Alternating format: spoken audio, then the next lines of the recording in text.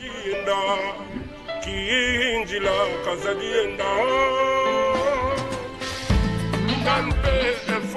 bâtiment va être fermé dans quelques instants.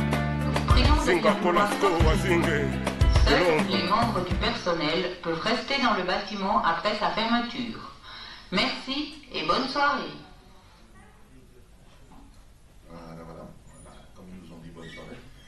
Ce soir, on est donc tous membres du personnel et on pourra rester aussi longtemps qu'on le désire. Enfin, jusqu'à la fin de cette conférence. Mesdames, Mesdemoiselles et Messieurs, bonsoir et bienvenue.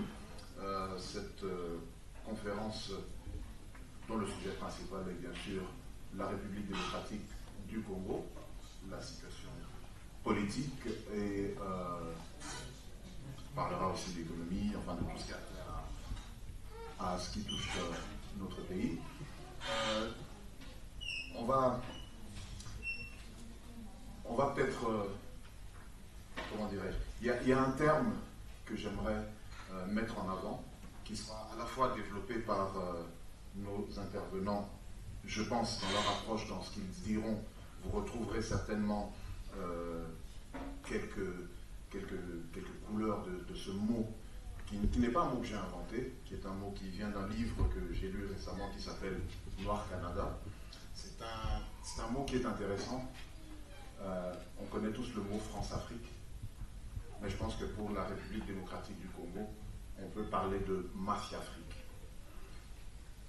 Mafia-Afrique, Afrique, le terme Afrique, mafia, qui veut dire ce qu'il veut dire, mais il pourrait aussi être compris comme Mafia-Afrique, fric comme étant le terme argotique pour l'argent, car à mon avis, à mon sens, et au sens de beaucoup d'entre nous et de beaucoup de gens, c'est bien là le cœur du problème, le fric à outrance, le fric qui doit profiter aux grandes multinationales, qui sont citées dans plusieurs rapports, qu'ils soient rapports ONU ou rapports d'ONG, des entreprises qu'on connaît, des entreprises qui sont ici en Suisse, qui travaillent dans le minerai. Minerai qui est le problème du Congo. Pas tant que nous ayons des minerais et que ce soit ça le problème. Le problème, c'est que ces minerais que nous avons sont la proie de l'avidité du monde, des grandes entreprises qui se trouvent en Suisse, qui se trouvent au Canada, qui se trouvent en France, qui se trouvent aux États-Unis, en Afrique du Sud, en Allemagne et en Chine. Bien sûr, d'autres pays, la liste n'étant pas exhaustive. J'aimerais saluer la présence très remarquée de combattants iraniens, du comité Ashraf. Je vous souhaite la bienvenue. Votre combat, on le suit depuis très longtemps. La force de votre engagement pour votre cause ne nous est pas inconnue. Et balé. Alors, balé. Bien. Donc, Mafia-Afrique. Mafia-Afrique et toutes les implications que cela amène par rapport à le cœur du problème qui est notre population, nos frères, nos sœurs, nous-mêmes, même si nous vivons à l'extérieur. Les implications néfastes, on les connaît, un véritable génocide, et il ne faut pas avoir peur d'utiliser ce mot lorsqu'on parle des millions de morts au Congo. Génocide qui maintenant est un terme, quand on parle de la République démocratique du Congo, qui est appliqué, rapport mapping, je vous renvoie au rapport mapping de l'ONU qui est sorti en 2010, malgré les tentatives et les diverses pressions des pays incriminés dans ce rapport pour éviter qu'il sorte. Les intervenants que j'ai ce soir, le principal intervenant qui arrive, qui est dans les embouteillages, Charles Onana, a commis donc un livre qui se focalise plus sur le rôle de l'Europe. Quand on dit l'Europe, on parle de l'Union européenne, l'Union politique, et leur investissement à la fois financier et politique dans ce qui se passe au Congo, qui a amené à certaines dérives, alors que cette institution vient de recevoir le prix Nobel de la paix, ce qui laisse dubitatif. Donc le livre est en vente, Europe, crime et censure au Congo. Censure, pourquoi? Parce que nous sommes Congolais, nous savons ce qui se passe dans notre pays. Mais de nombreuses personnes de par le monde ne le savent peut-être pas. Pourquoi? Peut-être parce qu'ils sont induits en erreur par un silence complice et coupable, à la fois des gouvernants des pays du monde et de la presse. Censure sur la vérité de ce qui se passe au Congo. Il y a un autre concept que j'aimerais, par rapport à cette implication de l'Union européenne dans ce qui se passe au Congo, c'est Dr Jekyll et Mr Hyde. Dr Jekyll, c'est la partie civilisée, c'est la partie propre, un docteur notable dans son village, à Londres, et sa face cachée, qui est donc le monstre Monsieur Hyde. L'Union européenne prône la défense de la démocratie, la défense de la liberté d'expression, la protection des populations. Ça, c'est le côté Dr Jekyll. Et le côté Mr Hyde, c'est donc cet investissement massif qu'ils font pour encourager la déstabilisation d'un pays afin d'en tirer un profit substantiel. Les relations entre l'Afrique, d'un côté, et le Congo en particulier, avec le reste du monde et donc de l'Occident, ça ne passe pas et n'a pas toujours passé par uniquement l'économie. Le moteur principal de ces relations est bien sûr l'économie, le profit économique pour les pays occidentaux.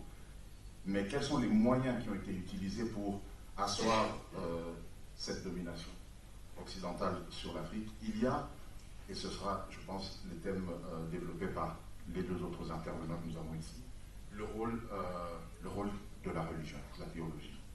Et on va commencer tout de suite avec le pasteur Roger Bwangi, qui a commis aussi un livre qui s'appelle Christianisme et traite des Noirs. J'aimerais juste alors très rapidement lire, pour situer un petit peu ce qu'il y a dans ce livre. Je vous lis donc le synopsis. Il y a 6 siècles, une rencontre décisive a eu lieu entre Européens et Africains. C'est bien sûr le début de la colonisation. Je pense que c'est bien ça que vous développerez. Et c'est à partir de là, peut-être que ce que nous vivons aujourd'hui au Congo prend ses sources. Ensuite, nous aurons le pasteur Martin qui aussi développera un certain sujet. Et on va faire comme ça. Le pasteur Bwangi va s'exprimer. Ensuite, vous pourrez lui poser directement vos questions parce qu'il est appelé à une autre conférence un petit peu plus tard. Je vous demande de l'applaudir très fort. Le pasteur Roger.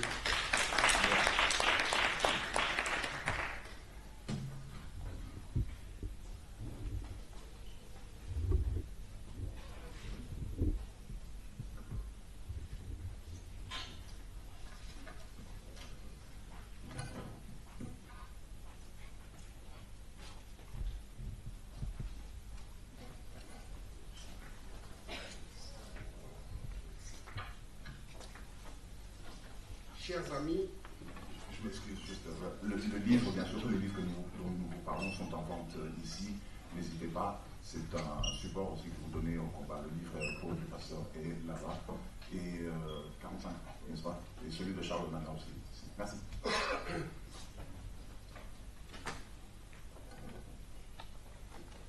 merci de m'accorder la parole. Bonjour, bonsoir, chers amis. Je m'en vais vous entretenir d'un thème qui est connu et quelquefois peu connu, mal connu, ou pour certains tout simplement inconnu, qui est la traite des Noirs, la traite négrière. Inconnu parce que justement, on a parlé de censure ici. Pour ceux qui ont 50 ans un peu plus, comme moi, ceux-là savent que lorsque nous avons étudié l'histoire de notre pays, ou en tout cas de l'Afrique, du Congo, d'où je viens, nous avons entendu le nom des Tipo, nous avons entendu parler du nom de Ngongo Lutete, mais la traite négrière faite par les Européens à travers l'Atlantique et l'océan Indien n'ont pas souvent été évoquées ou quasiment pas du tout. Personnellement, j'étais ignorant de cette histoire jusqu'à ce que j'arrive en Europe.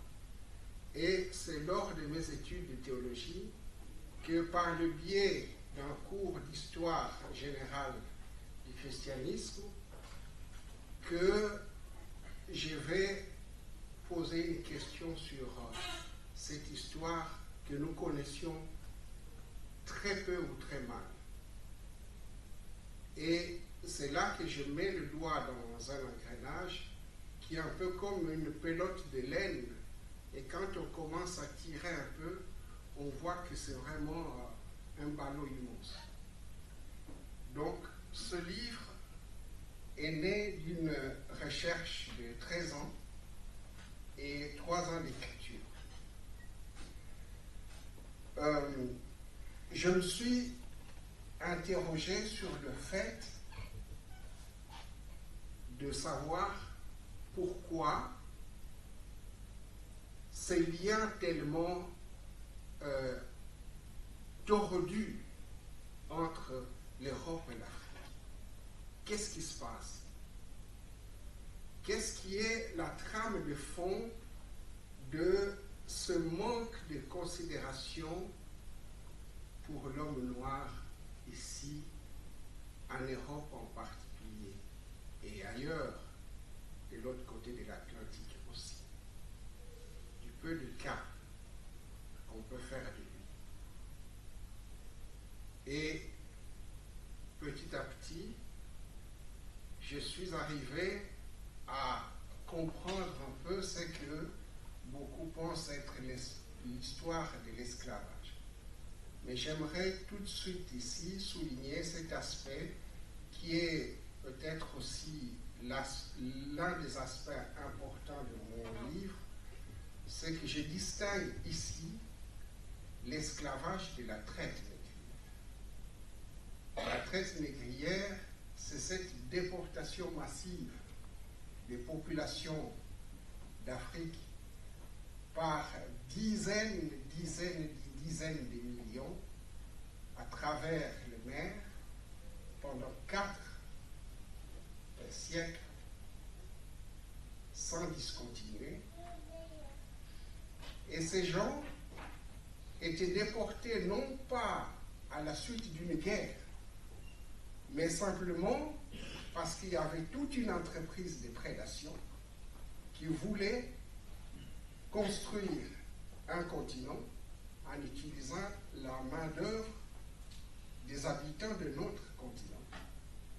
Et cette fois-ci, ces gens étaient déportés définitivement, pas pour revenir après. L'esclavage est autre chose. C'est une institution connue de toutes les sociétés humaines, en Afrique précoloniale ou l'Afrique impériale. Nous avons aussi connu des formes d'esclavage, mais qui n'ont rien de commun avec la traite. Parce que souvent, nous n'avions pas de système carcéral dans nos sociétés, et lorsque quelqu'un commettait un crime, soit il était envoyé dans la famille où il a commis le crime, et il allait travailler pendant un certain nombre de temps, déterminé par la loi, et par la suite, il pouvait regagner sa famille ou son village. Donc, ce n'était pas un esclavage à l'éternel, on part, et voilà, on ne revient plus. C'est à partir de cette histoire que nous pouvons dire que l'Afrique est le continent qui a connu les agressions les plus humiliantes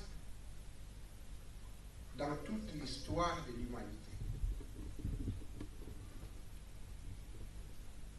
choses commencent comme ceci. D'abord, j'aimerais qu'on sache comment nous nous rencontrons avec les Européens. Quel est le contexte? Lorsque vous prenez le livre de Camus, La peste, et que vous lisez,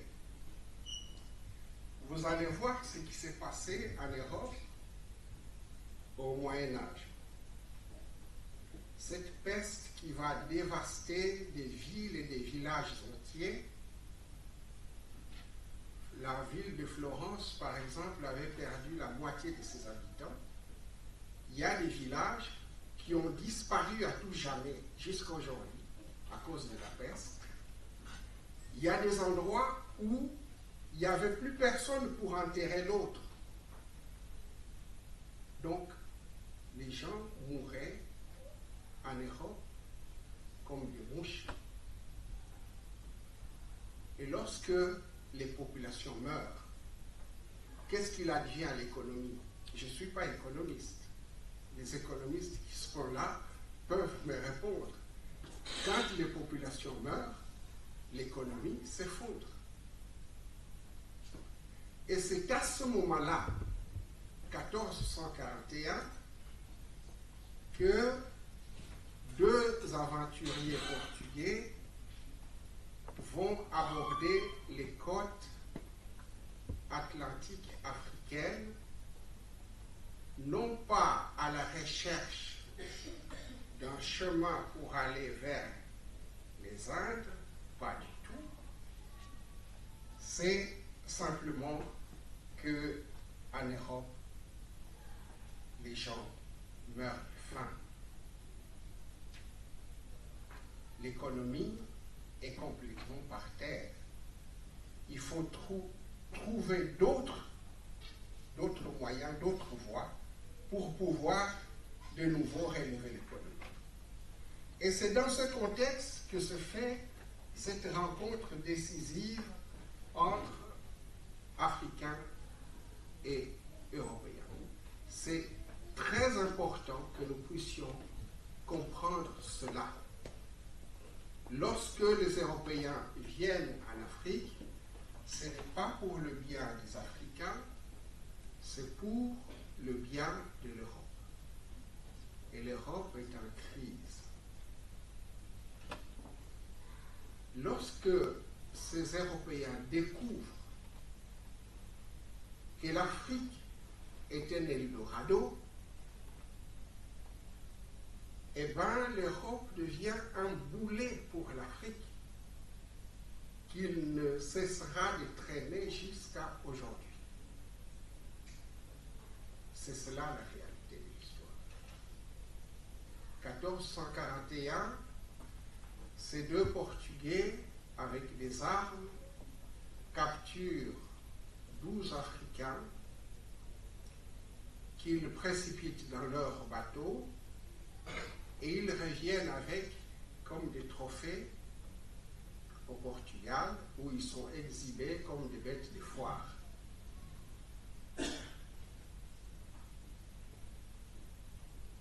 Alors, il y a un intérêt qui s'éveille pour aller à la découverte de ce continent.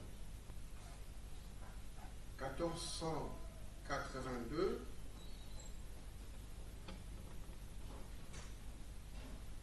à l'embouchure donc du fleuve Congo, il y a ce grand royaume Congo qui aujourd'hui est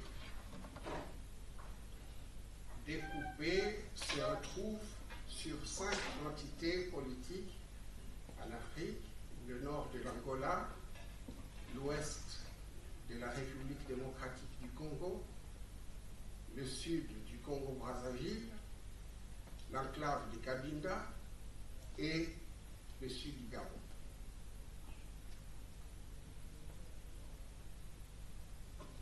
Mais on considère que le royaume Congo allait plus loin. Plus loin. Que veut dire le mot Congo? Congo veut dire la terre de Dieu. C'est ce que ça veut dire. La terre de Dieu, parce que cette terre est bénie. On trouve de tout. On ne meurt jamais de faim.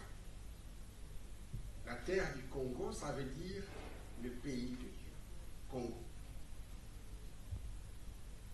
Et même à une certaine époque, on parle de Congo-Kathiopia.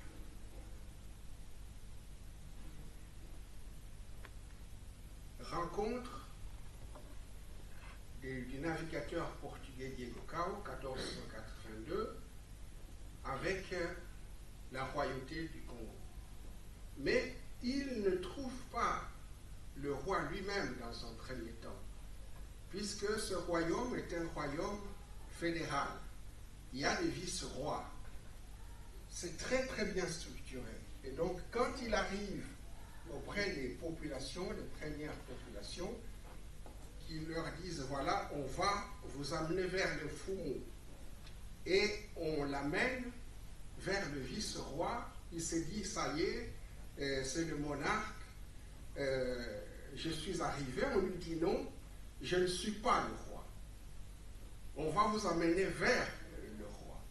Et on le fait marcher plusieurs jours jusqu'à arriver à Mbanza Congo, où il va rencontrer le roi Nzinga pour la première fois, mais il y a tout un protocole.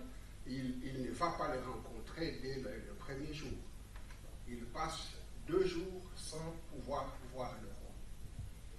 Et puis, là vont se nouer des relations. Au départ, c'est des relations tout à fait équitables, des relations d'échange commerciaux, et aussi des relations un peu culturelles, des relations qui vont arriver à des relations religieuses. Et là-dessus, il y a des échanges qui vont se faire. Et le fils du roi, Nzinga, va être envoyé au Portugal en 1513 pour y étudier la théologie. Et en 1517, donc, ce fils qui est devenu prêtre est consacré évêque, donc c'est le premier évêque noir, 1517.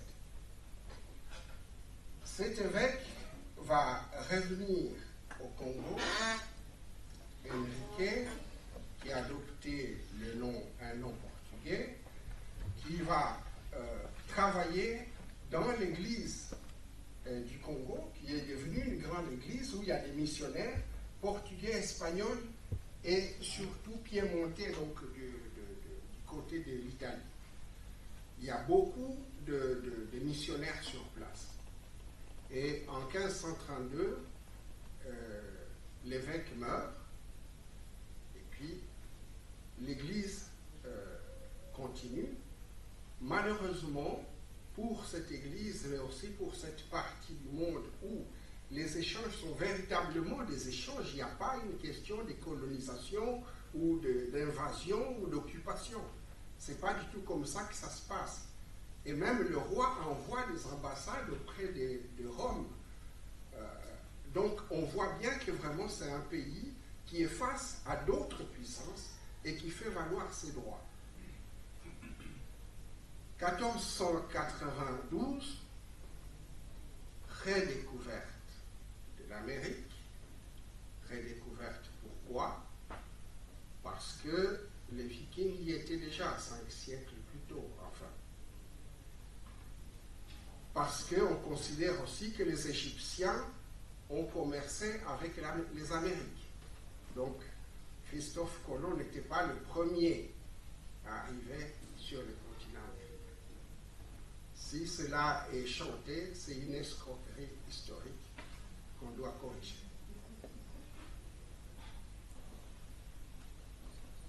Voilà, c'est ce pays, cette terre qui est redécouverte, est vue par les Européens comme quelque chose de troublant. Si bien que même des grandes personnalités, lorsque Colomb revient de son périple, ne vont pas croire que vraiment il a découvert une terre nouvelle. Ils se disent qu'il n'est pas possible, puisque vous voyez la tiare papale, il y a 3 branches, Donc il y a l'Afrique, l'Europe et l'Asie. Donc il n'y a que ces trois continents-là. Comment se fait-il qu'il y a un quatrième continent? Donc les gens ont beaucoup de... Il y a beaucoup de scepticisme face à cette découverte pour eux. Et finalement, au cours de cette période, il y a aussi, dans la manière de croire, une sorte d'angoisse. Vous savez que le Moyen-Âge est truffé des mythes et pas mal de légendes qui font que les gens croient très mal. Et d'ailleurs, c'est ce moment important qui est un moment où on adore beaucoup de religions. Donc les gens croient mal. Et comme les gens croient mal, et partout, lorsque les gens croient mal, ils vivent mal. Donc ils vivent mal.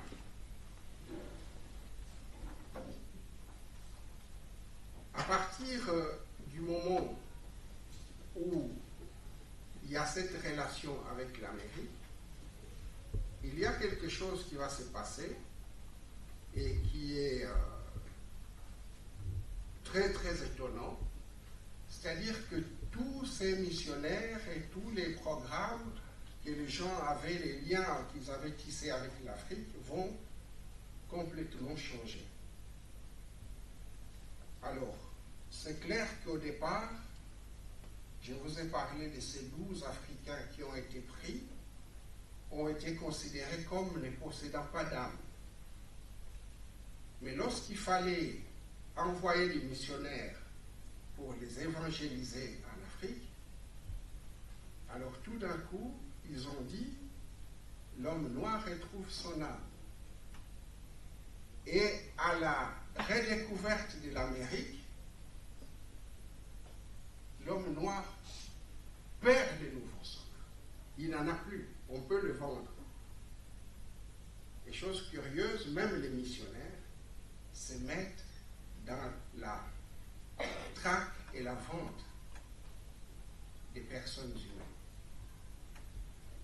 Il y aura ici toute une entreprise, des pays entiers, des capitaux, une idéologie vont se mettre ensemble pour mettre à sac tout un continent. Et ça va durer 4 siècles. Lorsque vous irez chercher, ou en tout cas ceux qui ont lu cette histoire, il y a un auteur qui s'appelle Petre Grenouillot. Petre Grenouillot dit: oui, finalement, nous, Européens, nous n'avons pas fait grand tort à l'Afrique. Nous avons seulement trouvé des troupeaux d'esclaves qui étaient souvent posés là et qui n'avaient rien à faire, et les Africains ont eu tous les loisirs de trouver des gens qui pouvaient acheter ces esclaves et puis les mettre au travail. Ce n'est pas du tout ce qui s'est passé. Ce n'est pas du tout ce qui s'est passé. Dans l'histoire de l'Afrique, j'ai dit qu'il y avait l'esclavage. L'esclavage n'était pas inconnu. Mais il était difficile et quasiment rare de voir des sociétés vendre des êtres humains. C'était soit un bannissement et on allait travailler ailleurs, soit une mesure pénale parce qu'on avait commis un crime. Cette déportation va peupler l'Afrique. D'abord, ça va commencer par les littorales, mais comme les populations sont constamment harcelées, ils vont se pousser vers l'intérieur. Et quand vous entendez que non, finalement, les Africains se faisaient des guerres et que finalement, ils prenaient des esclaves, et bien c'est cette poussée des populations vers l'intérieur qui menace les autres aussi et d'autres entités politiques, et c'est comme ça que vont se créer des conflits aussi. Non pas qu'il n'y en avait pas, il y avait certainement des conflits, mais cette traite négrière est une circonstance aggravante qui va pousser les populations à se faire beaucoup la guerre. Et bien entendu, l'occasion faisant le larron, les Européens vont souvent utiliser des oreilles qui peuvent recevoir leur message, et ces oreilles seront corrompues et seront aussi le relais de la politique esclavagiste des Européens. Donc il y aura des Africains qui vont travailler pour le compte des Européens. Mais il faut aussi ajouter une chose, c'est qu'en dehors de ça, puisque c'est cela qui est dit, on nous dit, mais enfin, il y avait des rois africains qui vendaient d'autres Africains. Et ça, c'est le message qui est donné. Je suis allé pour écrire mon bouquin, j'ai un peu voyagé, j'étais sur l'île de la Guadeloupe, j'étais sur l'île de la Réunion, dans l'océan Indien, et l'enseignement qui est donné, c'est que vous qui êtes ici, qui venez d'Afrique, c'est vos propres frères africains qui vous ont vendus. Ce n'est pas nous les Français. Donc, et on voit bien les tensions qui peuvent naître entre ces populations et les Africains que nous sommes. Il y a seulement une chose qu'on ne dit pas. Est-ce que, bien sûr, il y a eu des collaborations africaines dans cette politique, mais est-ce que nous pouvons lire, par exemple, l'histoire de la Deuxième Guerre mondiale ici en Europe, seulement sous l'optique de la collaboration? Puisqu'il y a eu des gens qui ont collaboré avec les nazis. Est-ce qu'on peut condamner toutes les nations qui ont été occupées par les nazis parce qu'il y a eu des collaborations? Non. Il y a eu aussi une vraie résistance. Et cette résistance, quand vous entendez parler de Kimpavita,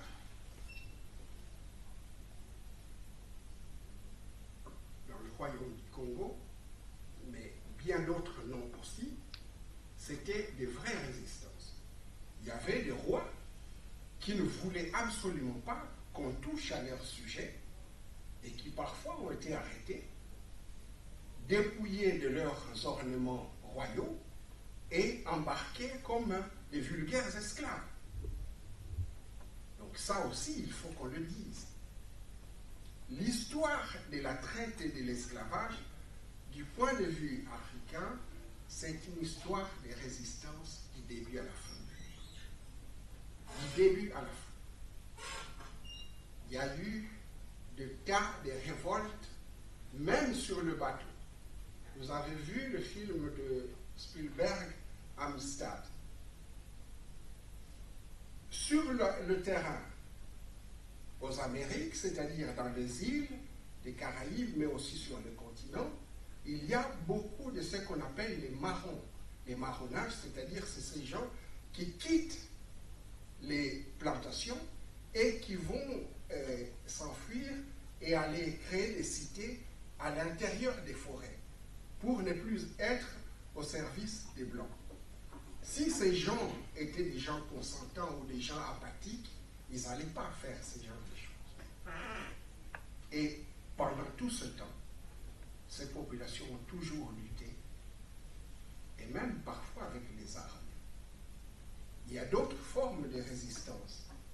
Lorsque la traite des Noirs est abolie au début du XIXe siècle, l'esclavage n'est pas aboli. C'est pourquoi nous devons faire cette distinction. Nous ne pouvons pas seulement parler d'esclavage, il faut aussi parler de la traite. L'esclavage est là, c'est-à-dire qu'on ne déporte plus les populations de l'Afrique vers les Caraïbes et les continents américains, mais la soumission des Noirs dans les plantations est encore là. Et pire, il y aura quelque chose à naître pour la première fois, c'est l'eugénisme. C'est-à-dire la sélection des êtres humains.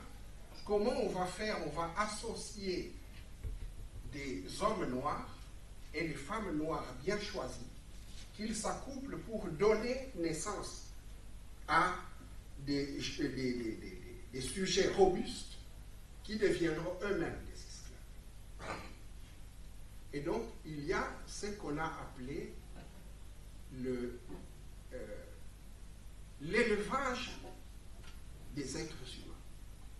Comme on ne peut plus aller en Afrique, les chercher, il faut tout faire pour qu'ils se reproduisent. Et donc, il y avait des femmes qui devaient avoir un enfant chaque année. Et c'était sans compter aussi sur la résistance des femmes noires, qui beaucoup avortaient de manière rudimentaire et parfois même mouraient, parce qu'elles se disaient, je ne veux pas mettre un enfant au monde qui viendra connaître le même sort que moi, être esclave. Donc il y a eu passablement aussi ici des lieux de résistance. Quand on chante du gospel ou on danse, il y a beaucoup de danses que nous avons qui viennent de ce continent. C'est parce que justement il y avait aussi une résistance culturelle où les gens n'ont pas voulu lâcher leur propre bagage culturel. La feijoada, cette nourriture brésilienne qui est faite quelquefois de petits restes de bœuf que les patrons jetaient ou ne voulaient pas, ou des os de viande qu'ils ne voulaient pas, qu'ils mettaient de côté, eh bien, les Noirs les reprenaient et les mélangeaient avec des haricots, et c'est ça qui a fait la feijoada. Donc là aussi, on voit toute une inventivité, toute une résistance culturelle pour ne pas mourir, pour ne pas disparaître. Le nombre de déportés fait débat. Il y a des maximalistes, il y a des minimalistes, et puis il y a les raisonnables. Puisque ce crime n'a que très peu de documents. Et surtout, par exemple, quand il s'est agi de l'abolition de l'esclavage au Brésil en 1888, pour que l'État ne puisse pas dédommager les tenants des esclaves, puisqu'ils demandaient d'être indemnisés, l'État brésilien a détruit des archives. Et donc on ne connaîtra jamais véritablement le nombre de déportés noirs.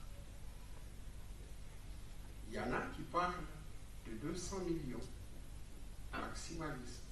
Il y a des minimalistes qui parlent de 13 à 14 millions. Mais dans le modeste travail que j'ai fait ici, et en faisant des recoupements, il nous semble qu'on ne peut pas, de manière sérieuse, estimer le nombre de déportés noirs à moins de 25 millions. Mais lorsque nous prenons ce chiffre de 25 millions, j'aimerais vous dire que de la capture jusque sur les plantations aux Amériques, il y avait des morts. Et on estime que pour un seul Africain qui arrivait sur le continent européen, il y avait entre 5 et 7 Africains qui mouraient en route. Alors je ne veux pas multiplier 25 millions par 7 pour ne pas être maximaliste, mais multiplions par 5 et vous voyez l'hécatombe. Ces continents qui saignent jusqu'à aujourd'hui a connu les pires atrocités de toute l'histoire de l'humanité. Et comment on va rendre autocratique des pouvoirs qui étaient souvent, quelquefois, partagés? Je ne veux pas tomber dans l'angélisme pour dire dans l'Afrique précoloniale, toutes les sociétés étaient démocratiques. Il y avait des structures démocratiques. Et lorsqu'on vient prendre un chef, un roi, et on lui dit, vous pouvez protéger vos sujets à la seule condition de livrer la guerre à vos voisins, on vous donne des armes, et vous nous fournissez un esclave. On donne un pouvoir énorme à un homme qui dépendait de sa population, qui devait le légitimer. Mais à partir de ce moment-là, le monarque comprend, il réalise que même s'il ne dépend plus de ses sujets et qu'il a la protection des puissances extérieures avec les armes, il peut toujours garder son pouvoir. Ça, c'est une grande découverte et malheureuse découverte. Donc on voit bien que les mécanismes qui président à la direction de nos États en Afrique, aujourd'hui encore, ont été mis en place à ce moment-là. C'est pourquoi dans mon livre, j'ai dit que l'Afrique a connu une catastrophe, comme un avion qui est tombé. L'histoire de la traite négrière, c'est la boîte noire de la catastrophe de l'Afrique. Si nous ne lisons pas cette histoire, nous resterons esclaves. Merci.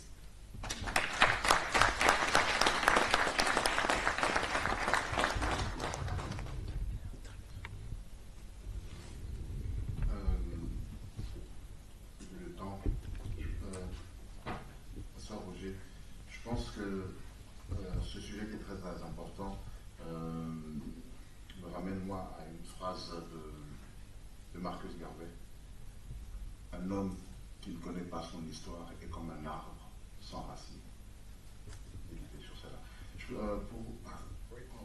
On va prendre le pasteur Martin. Maintenant, je vais donc demander au pasteur Martin de nous faire son... Merci. Pasteur Martin, merci.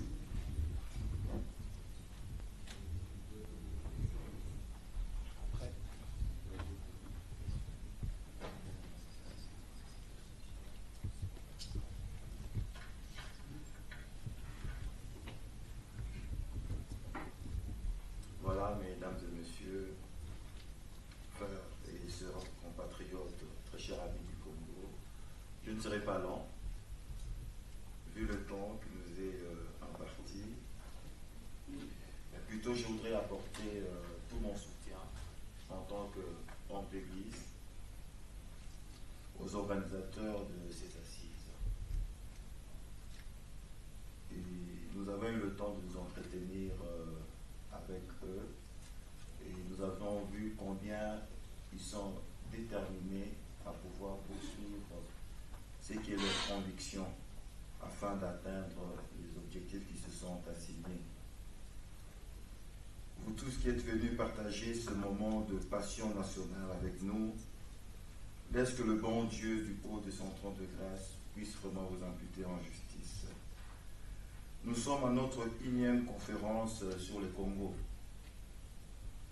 Et aujourd'hui, le privilège est nôtre d'avoir parmi nous un brillant orateur, un défenseur de la vraie cause congolaise dans la communication. Et je cite le journaliste Charles Onana, ici présent. Hier, communiquer, c'était transmettre. Car le rapport humain était plus souvent hiérarchisé. Aujourd'hui, c'est la plupart du temps négocié. Communiquer, ce n'est plus transmettre, mais c'est plutôt communiquer. Nous aurons un temps de recevoir des informations.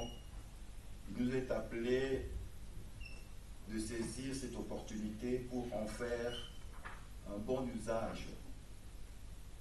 On pourra multiplier les conférences sur le Congo, mais si nous ne tirons pas les leçons, si nous ne prenons pas ce qui est profitable, on ne pourra pas, bien aimé, avancer d'un cran.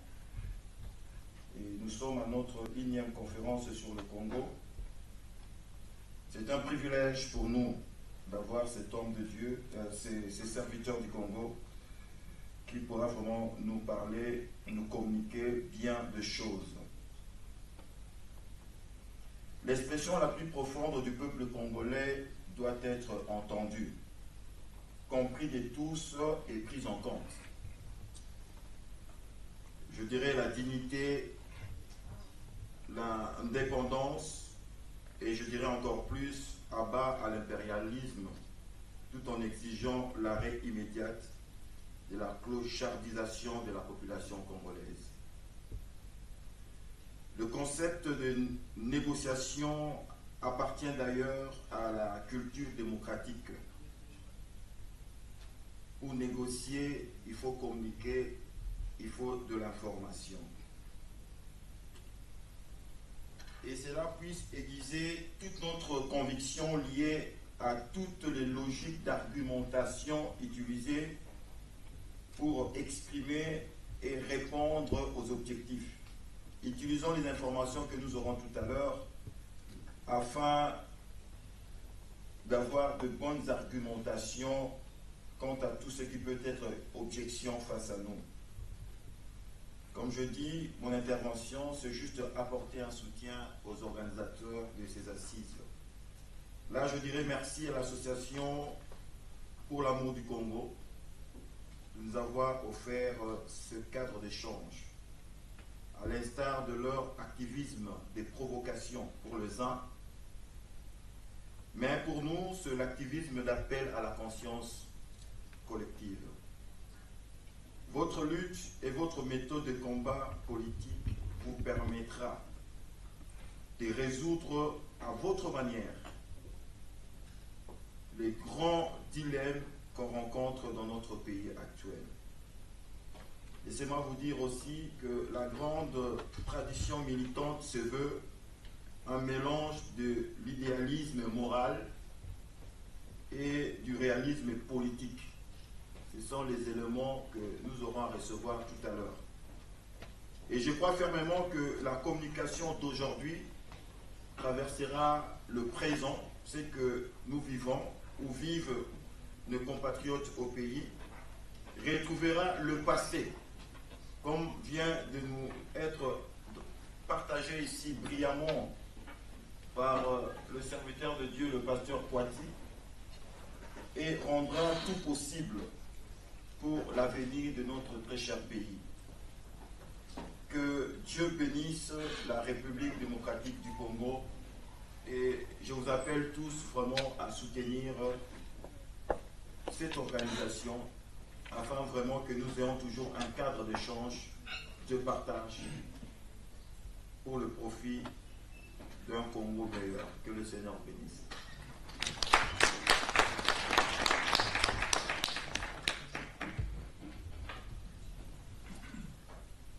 Alors, très rapidement, après ces deux interventions, on va faire alors très très vite quelques questions directement au pasteur Roger Poiti par rapport à ce qu'il nous a dit aujourd'hui.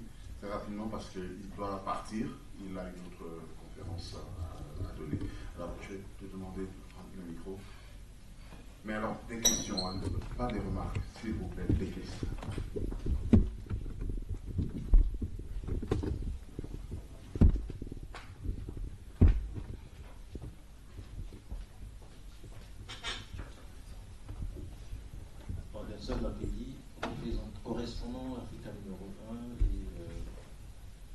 cœur signé Genève de la tribu de Genève. L'avènement du christianisme en Afrique est-il une bonne ou une mauvaise chose? Ça, c'est la première question. La deuxième,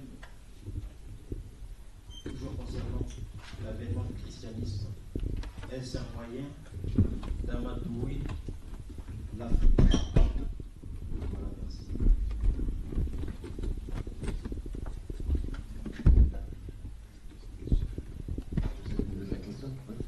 Deuxième question. Pasteur Patti, je constate ici que vous êtes pasteur de l'Église évangélique réformée du canton de Vaud.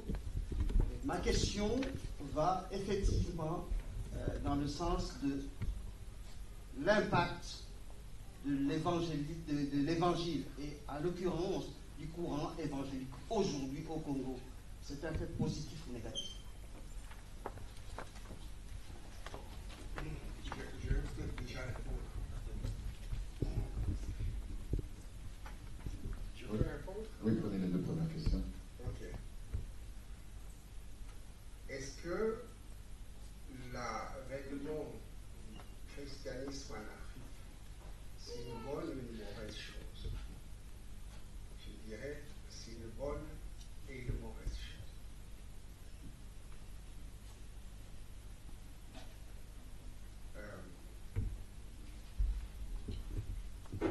Une mauvaise chose parce qu'aujourd'hui,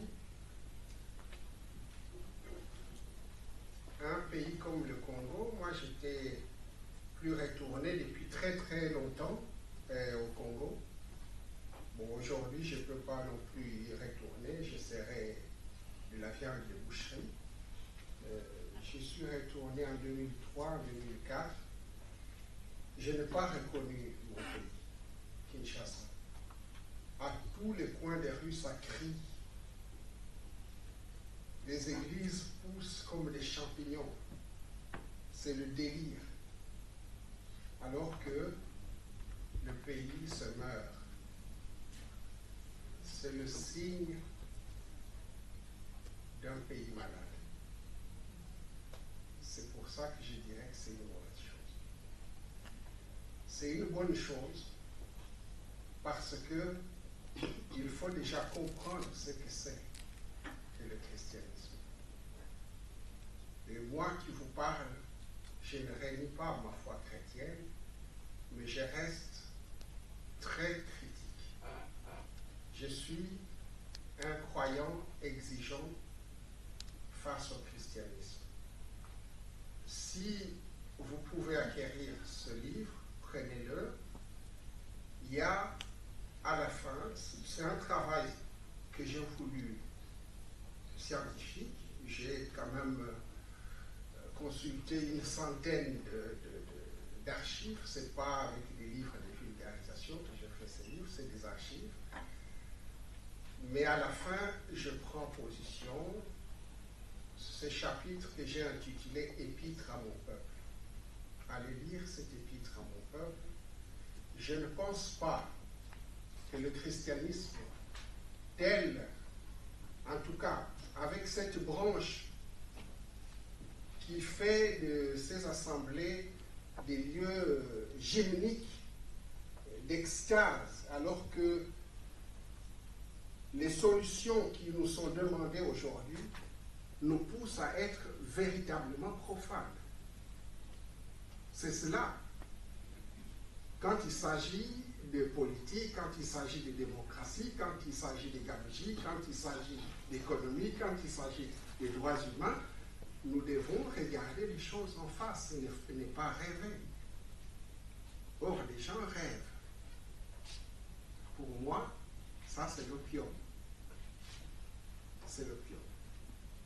Mais je connais des chrétiens véritablement valables et qui s'engagent à fond pour que les choses changent chez nous.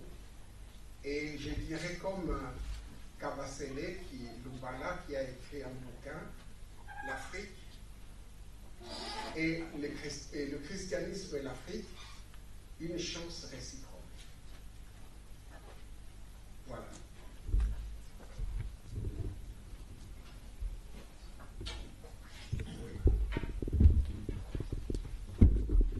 à nous de faire ces religions ce que nous voulons. Je ne pense pas que les Chinois, vous avez vu le christianisme qui aujourd'hui est très très fortement implanté en Chine aussi. Je ne pense pas que les Chinois vont faire comme nous. Donc il y a véritablement une question de l'homme africain qui est posée. Avant d'être une question religieuse, c'est une question historique et anthropologique que nous devons nous poser nous-mêmes. Donc le christianisme ne peut pas porter le fardeau de la situation de l'Afrique aujourd'hui. Parce que demain, nous devons nous battre entre nous sur comment nous voulons conduire nos pays. Vous voyez? C'est très important.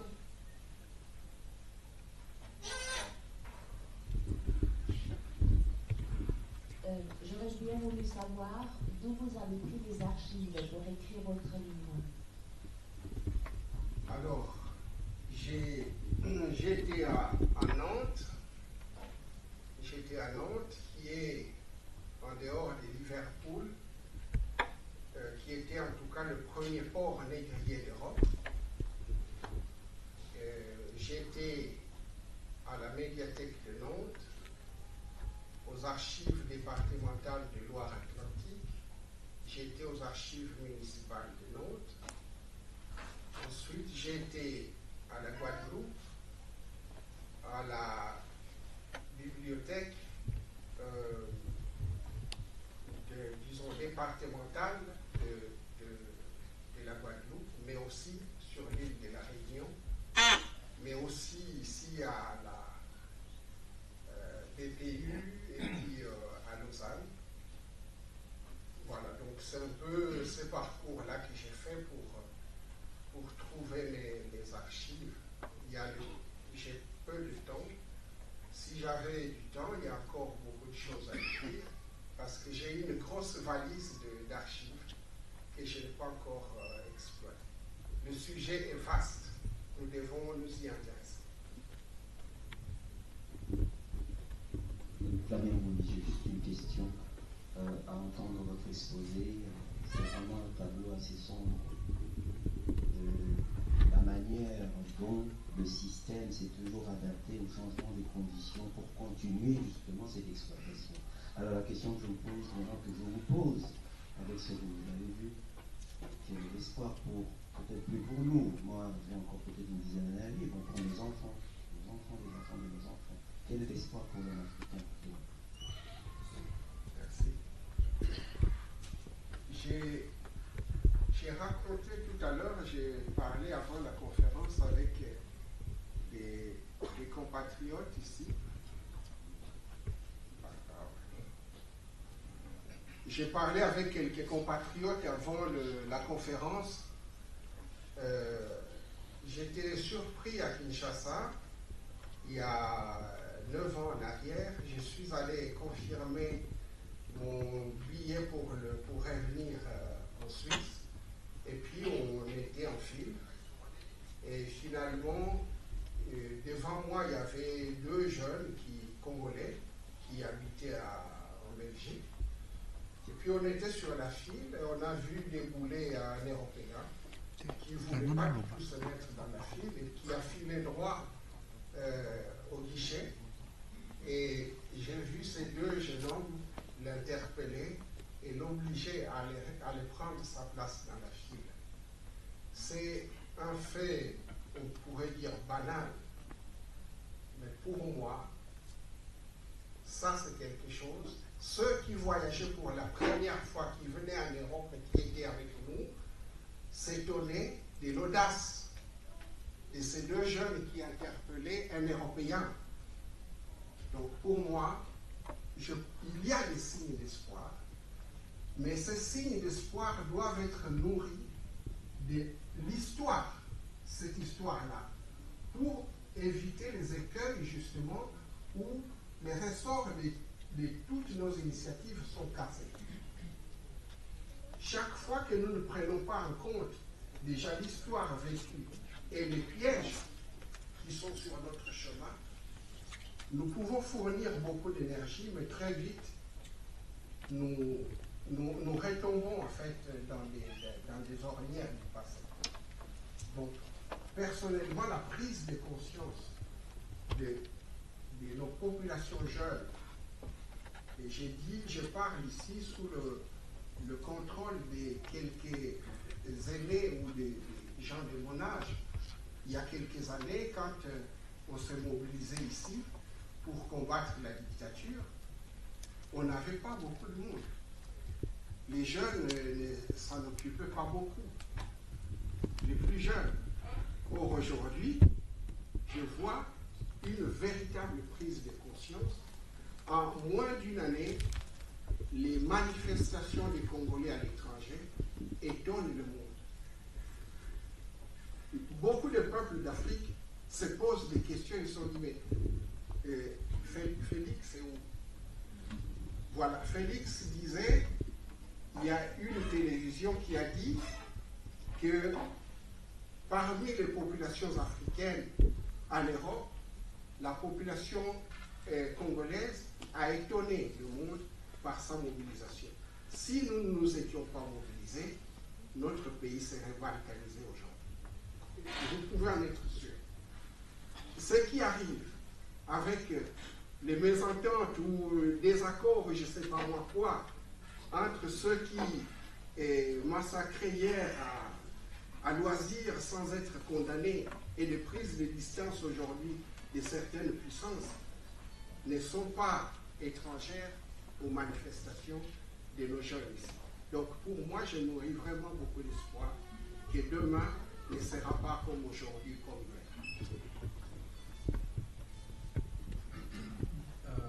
Bonsoir, Didier Barboukou, membre de Force Jeunesse. Moi, j'ai 3 questions. Vous nous parlez de la chrétienté par rapport à votre intervention. Mais la chrétienté a plusieurs obédiences. Je voudrais savoir, vous montrez les curseurs par rapport à l'avancement évangélique ou vous englobez l'ensemble de la chrétienté au Congo? Cette question a une sous-question parce que nous avons vu quand même au Congo, de la part de l'Église catholique, à travers le Monseigneur Mosengo, une forte résistance pour la transparence des élections récemment au Congo. Donc, pour moi, il n'y a pas que du négatif. Il y a quand même cette volonté de vérité, de transparence par rapport à l'éthique chrétienne. De 2, vous nous avez éclairé sur la traite négrière occidentale.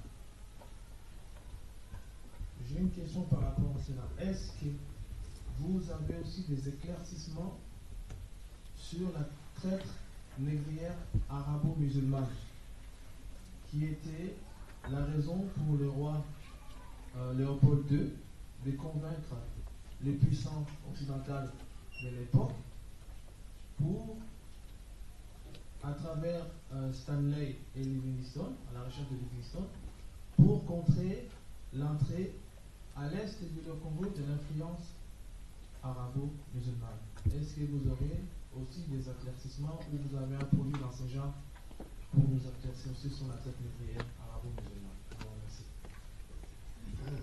Alors, pour la première observation, je pense que je ne vais pas faire encore des commentaires. J'ai dit qu'il y a des chrétiens qui s'élèvent utilement pour l'Afrique. Donc, voilà. Encore que j'aimerais bien que ce soit encore un peu plus fort que ça, et plus constant. Pour la traite arabo-musulmane, oui, j'ai essayé, c'est difficile, mais j'ai essayé d'être un peu plus large. Donc, dans le livre, il y a l'histoire de l'esclavage avant l'arrivée des Européens, il y a la traite arabe, il y a la traite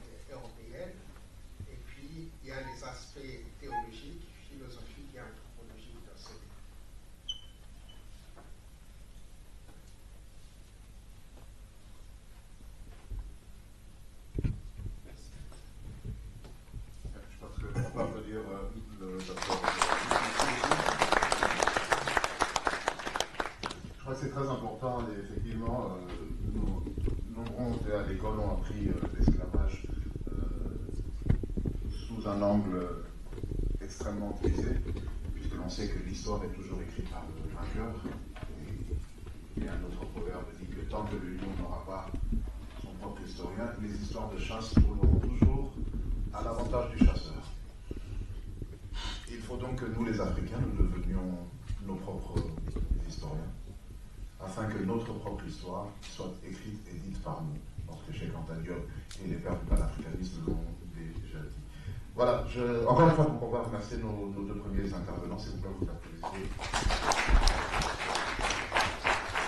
Alors, n'oubliez pas que le livre, donc, Christianisme et traite des Noirs de pasteur Roger Bouangui-Pati est ici, il est en vente à la sortie à 45 francs. Et puis, j'aimerais aussi vous signaler deux autres livres de compatriotes qui sont ici en Suisse, qui écrivent énormément, des livres qui sont très intéressants à lire. Malheureusement, ils ne sont pas là avec nous ce soir, mais on organisera peut-être encore quelque chose avec eux. Il y a le livre de Fouélé Diangui Toukoua, Lettre à tous les Congolais, savoir gouverner et servir la République, que vous avez ici. Et puis, le dernier que j'ai lu, que j'ai eu l'insigne honneur de participer à sa création, c'est Boum au Congo-Zaïre. Très important, Congo-Zaïre, parce qu'il y a cette relation entre le Congo et le Zaïre, qui a été écrite par Françoise Mianda, une compatriote congolaise, Françoise Mianda. Mais on pourra en parler. Avant de passer donc la parole à notre orateur principal pour cette rencontre, j'aimerais appeler Félix Mbaye Kalombo Jr., le président de PAC, organisateur de cette rencontre, pour l'amour du Congo, pour un petit mot. Félix Mbaye Kalombo Jr.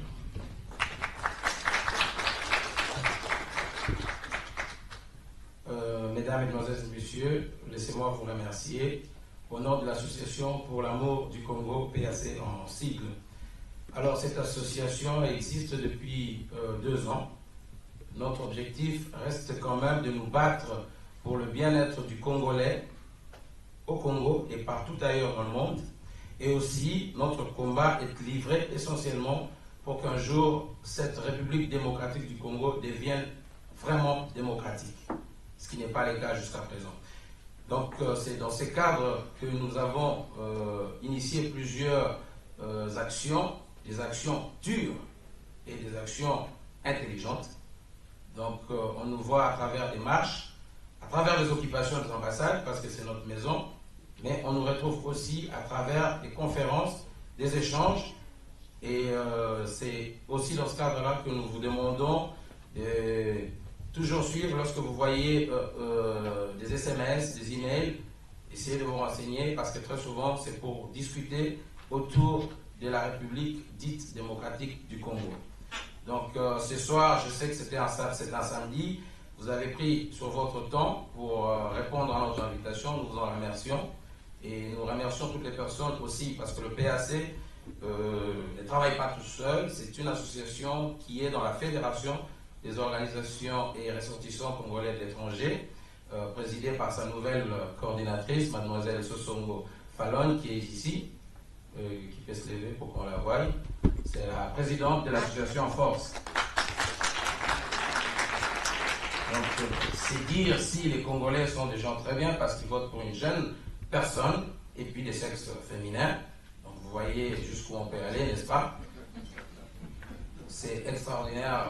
Au moment où la femme congolaise est chosifiée chez lui, nous faisons vraiment du combat de la femme aussi dans nos activités. Nous remercions aussi l'association Batoto ya Kesho, représentée par mademoiselle Evelyne Milolo, qui refuse de se lever. Et aussi Congo en légitime défense, qui est présidé par Philippe Lionjo. Et nos frères, Lionjo, Philippe, c'est lui. Hein, et nos frères ivoiriens, le peuple Oué, qui sont ici, s'ils peuvent faire un petit signe, qui nous appuient dans tout ce que nous faisons. Et je remercie aussi toutes les personnes qui sont ici parce qu'il y a plusieurs personnes morales et physiques qui nous apportent beaucoup d'aide à travers leurs conseils, leur soutien. Papa Kaungu, par exemple. Voilà. Et je ne vais pas citer tout le monde, je cite quand même l'association Ashraf qui est ici. Hein, ce sont des gens qui nous appuient. Et je ne monopolise pas la parole parce que je sais que vous êtes très impatients d'écouter M. Charles Onana, un frère africain, ô combien intelligent, une personne très objective dans ce qu'il fait. Il fait un travail de fond et vous allez le remarquer. Et certains se poseront la question, mais pourquoi un Camerounais se bat-il pour le Congo? Il vous le dira parce que je n'ai pas de réponse pour ça. Il est mieux placé, il a besoin de personnes pour défendre ses propos. Mais en tout cas, ce qui nous apporte là, nous, autres Congolais et amis du Congo, nous sommes obligés de prendre connaissance de cela parce que c'est une bombe à notre disposition contre nos ennemis. Je remercie les deux pasteurs qui sont venus ici, les deux premiers intervenants. Donc, et aussi là, nous allons ôter les clichés qui collent certains pasteurs, hein, les pasteurs Kizubanata. Ici, on a eu des pasteurs hyper intelligents, des personnes à notre disposition qui nous ont toujours reçus à chaque fois qu'on a pu. Donc voilà, moi je ne monopolise pas trop la parole. Je vous remercie et je laisse la parole à Charles Onana. Merci.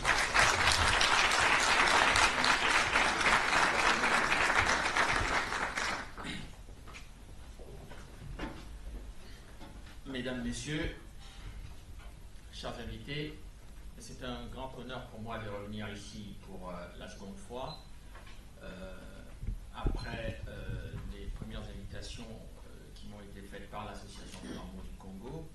Et j'ai accepté cette invitation depuis la dernière fois, puisqu'ils avaient manifesté leur enthousiasme de me voir revenir ici pour l'apparition du livre, puisqu'ils étaient au courant que j'étais en train de travailler sur le rôle et l'action de l'Union européenne au Congo. Et j'ai eu des sollicitations donc des compatriotes congolais à Bruxelles, et je leur ai dit que j'avais pris des engagements pour Genève et que je ferais ma première conférence sur cet ouvrage à Genève, et donc c'est pour cette raison que je suis là aujourd'hui. Alors, je vais, pour faire une petite transition avec ce qui venait de se dire, je pense tout simplement que, et en relation avec la question qui a été posée par un intervenant sur l'espoir que les Africains et les Congolais peuvent avoir par rapport à ce qui se passe, vu le tableau sombre qui a été brossé tout à l'heure sur la traite négrière, etc. Et je pense que ce que je vais faire, malheureusement, hélas, c'est que le tableau qui va être brossé tout à l'heure sur le rôle et l'action de l'Union européenne au Congo est extrêmement sombre. Mais en même temps, c'est une source d'espoir pour une raison très simple, c'est que lorsque il a été annoncé que ce livre a été publié, il y avait les bonnes feuilles qui avaient été publiées à Kinshasa, et peu de temps juste après, je pense qu'il y a un certain nombre de sites internet congolais qui avaient relayé effectivement ces informations. Plusieurs de ces sites ont été attaqués. Et les attaques qui avaient été perpétrées sur ces sites étaient des attaques très importantes, puisque visiblement, lorsque les informaticiens ont remonté la source de ces attaques, on a constaté que c'était des professionnels qui avaient été sollicités pour le faire. Et pour quelle raison? Pour une raison très simple, c'est qu'au moment où le livre est annoncé, moi je ne suis pas au courant que l'Union européenne était candidate au prix Nobel de la paix. Il est évident que le lendemain de ces attaques, je suis appelé par un certain nombre d'amis à Bruxelles qui me disent que, eh bien, tu as gâché la fête ici à Bruxelles, et je demande quelle fête. Il me dit, ben, écoute, tu sauras demain avant midi. Avant midi, évidemment, je reçois une dépêche de l'agence France-Presse qui annonce que l'Union européenne venait d'obtenir le prix Nobel de la paix. Et bon, évidemment, moi, j'avais commencé mon enquête 2 ans auparavant. Bon, je n'étais pas du tout au courant que l'Union européenne était candidate au prix Nobel de la paix. Et j'ai constaté tout simplement, avec beaucoup de déception pour les sites attaqués, que j'ai été quelque part un intervenant de mauvais augure, parce que je venais relativiser la portée que le prix qui venait d'être attribué à l'Union européenne avait été fait. Mais cela dit, c'est pas bien grave. Je pense d'ailleurs qu'aujourd'hui, plus que jamais, en retrouvant cet ouvrage, ceux qui ont attribué le prix Nobel ou les Européens qui se demandaient pourquoi l'Union européenne n'avait pas eu le prix Nobel de la paix au moment où le chancelier Kohl et le président Mitterrand scellaient l'alliance franco-allemande, qui était, à mon avis, un signe de réconciliation très important pour la paix au sein de l'Europe.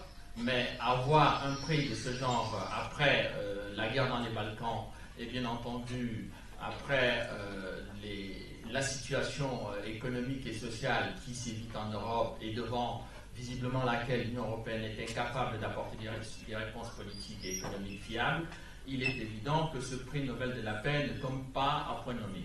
Ce que je veux dire par là, c'est que lorsque je commence à enquêter sur le rôle et l'action de l'Union européenne, en fait, mon livre fait suite à la première enquête que j'avais faite sur le rôle de la rébellion Tutsi en République démocratique du Congo en 2009. J'avais constaté tout simplement que lorsque le Congo avait été envahi en 1998 par l'armée rwandaise, les troupes gouvernementales rwandaises, cela n'avait pas fait l'objet d'une indignation particulière au sein de l'Union européenne, ce qui était d'ailleurs contraire aux attitudes habituelles de l'Union européenne, qui avait l'habitude de s'indigner quand il y avait une crise politique interne, comme ça a été le cas au Zimbabwe, où on a vu mobiliser toute l'Union européenne refusant la présence du président Mugabe lors des différentes réunions entre l'Europe et l'Afrique. On a vu également l'Union européenne extrêmement mobilisée sur les événements du Rwanda, en finançant d'ailleurs la création du tribunal pénal international pour le Rwanda, mais aussi en finançant des actions judiciaires ethniques au Rwanda, ce qu'on a appelé les gachacha, bien que ce soit une catastrophe sur le plan juridique au Rwanda même, puisque ceux qui sont devant les gachacha, ce sont toujours les mêmes, c'est ceux qui sont poursuivis par le tribunal pénal international pour Rwanda, qui sont également poursuivis pour les mêmes raisons dans un tribunal, une juridiction interne. Or, il semblerait que les événements du Rwanda, le tribunal pénal international avait été constitué pour juger tous les crimes. Bonsoir les amis de la bonne image, vous qui aimez TMP Info, vous qui aimez Chronologie, votre émission préférée, la seule émission de Londres.